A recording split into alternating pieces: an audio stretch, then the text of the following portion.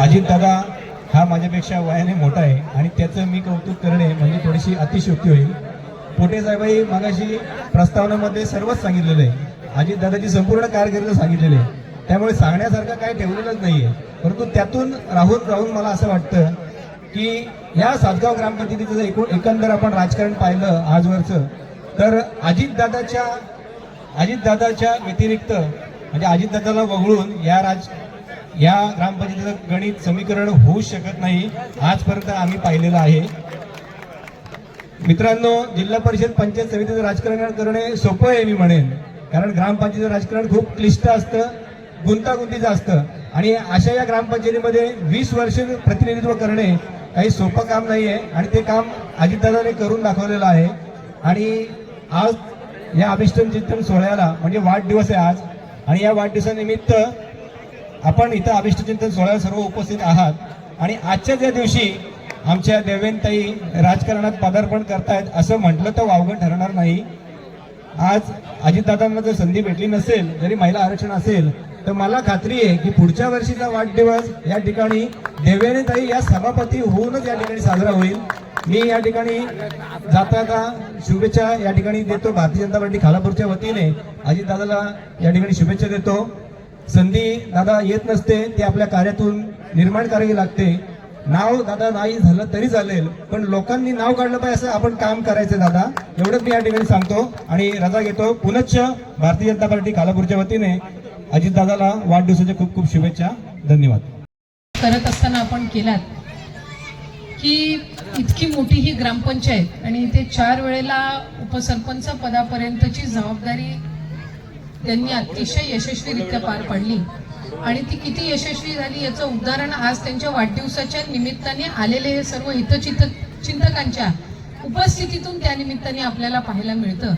कारण वाढदिवसाच्या आपल्या दिनी किती आपले हितचिंतक आहेत, किती आपल्याला खऱ्या अर्थानं मनापासून आशीर्वाद आणि शुभेच्छा द्यायला येत असतात याचा अनुभव आपल्याला मला वाटतं अनेकदा त्यांनी या आधी कधी आपला वाढदिवस साजरा केला नाही, पण आज त्या निमित्ताने करत असताना त्यांना सुद्धा गेल्या अनेक वर्षापासून त्यांच्या कुटुंबाने जी काही इथल्या लोकांची सेवा केलेली आहे ती त्या निमित्ताने आज त्यांना या उपस्थितीमध्ये पाहायला मिळाली.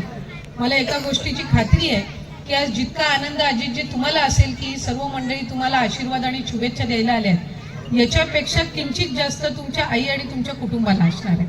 कारण शेवटी काम करत असताना दिवस रात्र ज्या वेळेला आपण आपल्या गावासाठी आपल्या परिसरासाठी काम करत असतो त्यावेळेला कुठं ना कुठंतरी आपण जे काम करतोय ते योग्य दिशेने आहे याची पोचपावती आज आशीर्वाद रूपाने आणि शुभेच्छा रूपाने तुम्हाला या सगळ्या उपस्थितीमधून मिळत आहे. या ग्रामपंचायतीमध्ये आपण उपसरपंच म्हणून काम केलं. तसं पाहायला गेलं तर नागरी सुविधामध्ये मोडली जाणारी ही ग्रामपंचायत, 7-7.5 हजार इथली लोकसंख्या, इथे उद्योग व्यवसाय कंपनीज या याच्यातून बाहेरची राहणारी मंडळी असतील आणि साधारण मूळ गावामध्ये 3,500-4 हजार आणि मग जी काही नोकरी व्यवसायाच्या निमित्ताने ती असतील. पण या सगळ्या याची जबाबदारी पार पाडत असताना त्या 7-7.5 हजार जी लोकसंख्या आहे त्यांना चांगल्या पद्धतीनं सुविधा देणं, शेवटी हल्ली ग्रामपंचायतीचा उपसरपंच सरपंच म्हणून सुद्धा अनेक जबाबदाऱ्या आपल्याला पार पाडायला लागत असतात.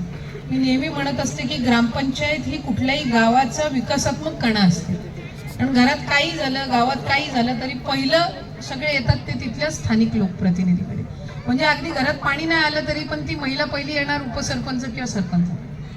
आणि अशा सगळ्या परिस्थितीमध्ये हे गाव, इथला परिसर, एका बाजूला कर्जत खालापूर हे हळूहळू मुंबईच्या नजीक आणखीन होत चाललेलं आहे. इथं रोजगार, व्यवसाय, उद्योग हे त्या प्रमाणात वाढत आहेत. अशा वेळेला ग्रामपंचायतीच्या वतीने सुद्धा कुठेही सुविधा कमी पडता कामा नये याची दक्षता हे आपण त्या निमित्ताने घेतात. आज श्रद्धानी तर आमच्या प्रचारामध्ये फार आघाडी घेतलेली आहे. तिने पंचायत समितीमध्ये पण अतिशय यशस्वीरित्या काम केलेलं आहे. तिच्या जोडीला आमचं दुसरं कुपोषण पाटील, भूषण पाटील तेही त्या ठिकाणी आहेत आणि ज्याचा उल्लेख प्रास्ताविकमध्ये करत असताना आपण केला की आरक्षण आहे.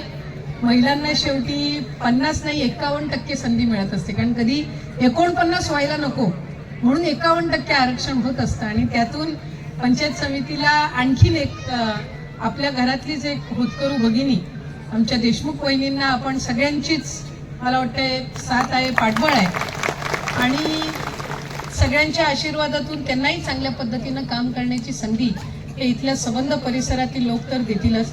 पण माझी या निमित्ताने विनंती राहील की आपल्या सर्वांचं जर अजितजी आणि त्यांच्या संपूर्ण कुटुंबावर प्रेम असेल तर ग्रामपंचायत म्हणून सर्वात जास्ती पाठबळ तर इथून मिळालं पाहिजेच. कारण शेवटी आपल्याला गणातून निवडणूक लढवायची झाली म्हटल्यावर वेगवेगळ्या इतर गावांमध्ये आपल्याला लक्ष केंद्रित करावं लागणार. अशा वेळेला आपण सगळी आज घरातली मंडळी म्हणून त्यांना आशीर्वाद देण्यासाठी आहात. त्यामुळे पुढच्या कालावधीमध्ये ग्रामपंचायत मधून सर्वात जास्ती पाठबळ एकदा मिळालं की मग आपण इतर गावांमध्ये प्रचार करायला मोकळे झालो.